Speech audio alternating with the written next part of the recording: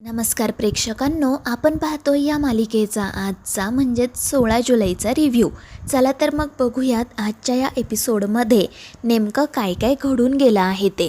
तर सगळ्यात आधी आपल्याला असं पाहायला मिळतं की केदार आणि तारिणी पावसात भिजून घरी आलेले असतात.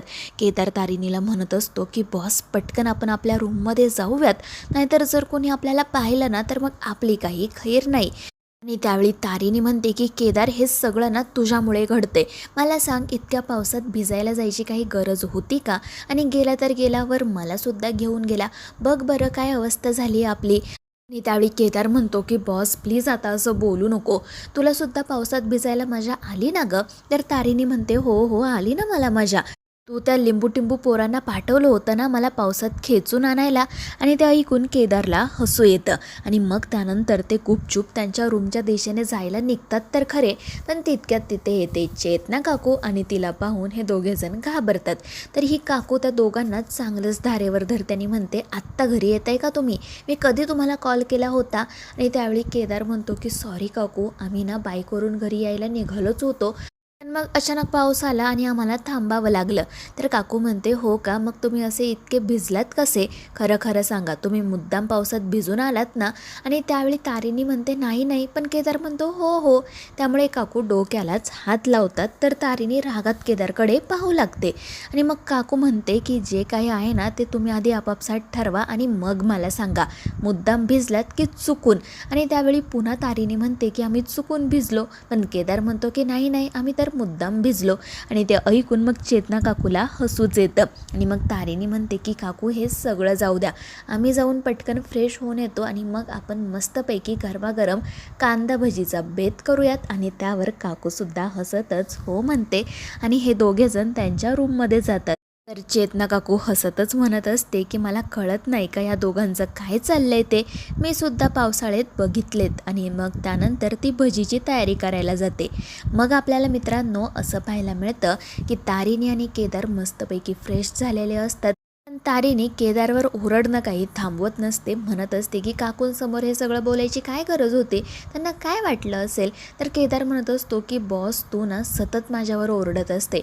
आता ना मला खरंच कमांडरचं म्हणणं पटतंय. त्यांनी मला आधीच सांगितलं होतं की चूक कोणाचीही असो, बायकोला फक्त नवऱ्याकडून सॉरी ऐकायचं असतं.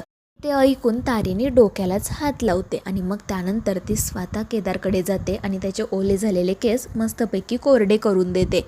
आणि त्यावेळी ती म्हणतही असते की केदार तू केस व्यवस्थित कोरडे कर बरं का, नाही तर तुला सर्दी होईल. पण केदार म्हणतो नाही नाही बॉस, मला कधीही सर्दी होत नाही. पण दुसऱ्या क्षणाला त्याला शिंका यायला सुरुवात होते. आणि ते पाहून तारिणी हसतच रूममधून बाहेर निघून जाते. त्यानंतर केदारला येतो कमांडरचा कॉल. कमांडर आणि इतर सगळेजण विचारत असतात की काय सर, काय चाललंय तुमचं? मस्तपैकी पाऊस पडतोय, बॉसला घेऊन बाहेर जा की फिरायला. आणि त्यावेळी केदार म्हणतो अरे नाही नाही, मला ना खूप सर्दी झाली. आणि तो पुन्हा शिंकायला सुरुवात करतो. त्यामुळे सगळ्यांनाच समजतं की केदार सर आणि बॉस आधीच पावसात भिजून आलेत. आणि मग ते पुन्हा केदारला चिडवायला सुरुवात करतात आणि त्यामुळे केदारही लाजतो. त्यानंतर दुसरीकडे आपल्याला असं पाहायला मिळतं की या निशीने कागदाची मस्तपैकी होडी बनवलेली असते. आणि ती होडी पाहतच त्या युवराजची वाट बघत बसते. युवराज घरी आल्यावर ती लगेच प्रेमाने त्याच्याकडे जाते, म्हणू लागते की युवी बरं झालं तू लवकर घरी आला, आता चल आपण मस्तपैकी पावसात फिरायला जाऊयात, मस्तपैकी एका छत्रीमध्ये फिरूयात, भाजलेलं मक्याचं कणीस खाऊयात आणि ही होडीसुद्धा पाण्यात सोडूयात. आणि ते ऐकून युवराज डोक्यालाच हात लावतो आणि म्हणतो की बाई तू एक काम कर, ह्या होडीमध्ये बस आणि सरळ त्या बेलसर यांच्या घरी निघून जा, परत यायची तर काही गरज नाही. आणि ते ऐकून निशी म्हणते की का रे युवी, तू माझ्याशी असं का बोलतो? तर युवराज म्हणतो की हे बघ, मी आत्ताच ऑफिसमधून घरी आलो आहे, प्लीज माझं डोकं खाऊ नको, मला एकट्याला राहू दे. पण निशी ऐकत नाही आणि पुन्हा दोघेजण एकमेकांशी वाद घालायला सुरुवात करतात. आणि शेवटी निशीच वैतागून त्या रूममधून बाहेर निघून जाते. तर युवराज म्हणत असतो की या बेलसरेंच्या सगळ्या मुलींना ना एका होडीत बसवायला हवं आणि समुद्राच्या मध्यभागी सोडून द्यायला हवं. त्यानंतर मग दुसरीकडे आपल्याला असा सीन पाहायला मिळतो की तारिणी केदारसाठी गरमागरम पाणी घेऊन आलेली असते आणि ती केदारला मग त्या पाण्याने वाफ घ्यायला सांगते. तर केदार म्हणत असतो की बॉस तू सुद्धा वाफ घे, तुला सुद्धा सर्दी होईल. पण तारिणी म्हणते त्याची काही गरज नाही आहे, तुला सर्दी झाली झाली ना मग आधी तू वाफ घे. पण आपला केदार काही ऐकत नाही. तो तारिणीला सुद्धा वाफ घ्यायला सांगतो. पण तितक्यात तिथे चेतना काकू येते आणि या दोघांना असं चादरमध्ये एकत्र पाहून तिला हसू येतं.